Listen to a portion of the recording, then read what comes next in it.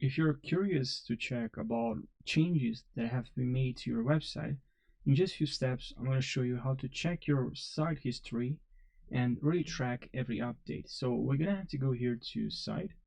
I'm going to click on here, and then here I can go, let's say, to site history. I'm going to click on that and click select here, go site history. Now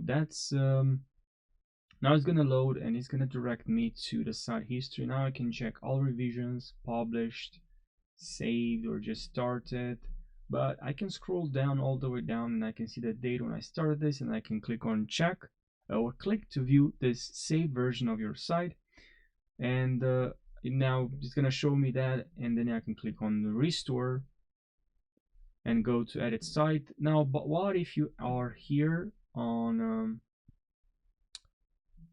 what if you are here, right? Now you can go to settings, right? And then here you're going to click on view site website settings. And if you scroll all the way down here, you should see site history and then click on restore versions. And by the way, when you're working, it's a good practice, a great habit to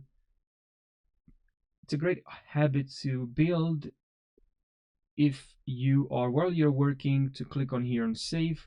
Also here you have autosave, but it's also good practice to click on save sometimes.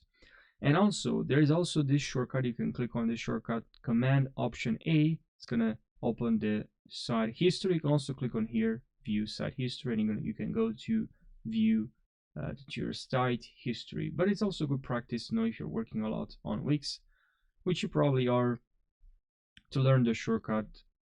Okay, to learn the shortcut Command Option A. Okay, so let's say working and press Command Option A. Okay, Command Option A. Don't forget to use the shortcut. Okay, so thanks for watching and subscribe for more tutorials. I'll see you in the next video. Take care.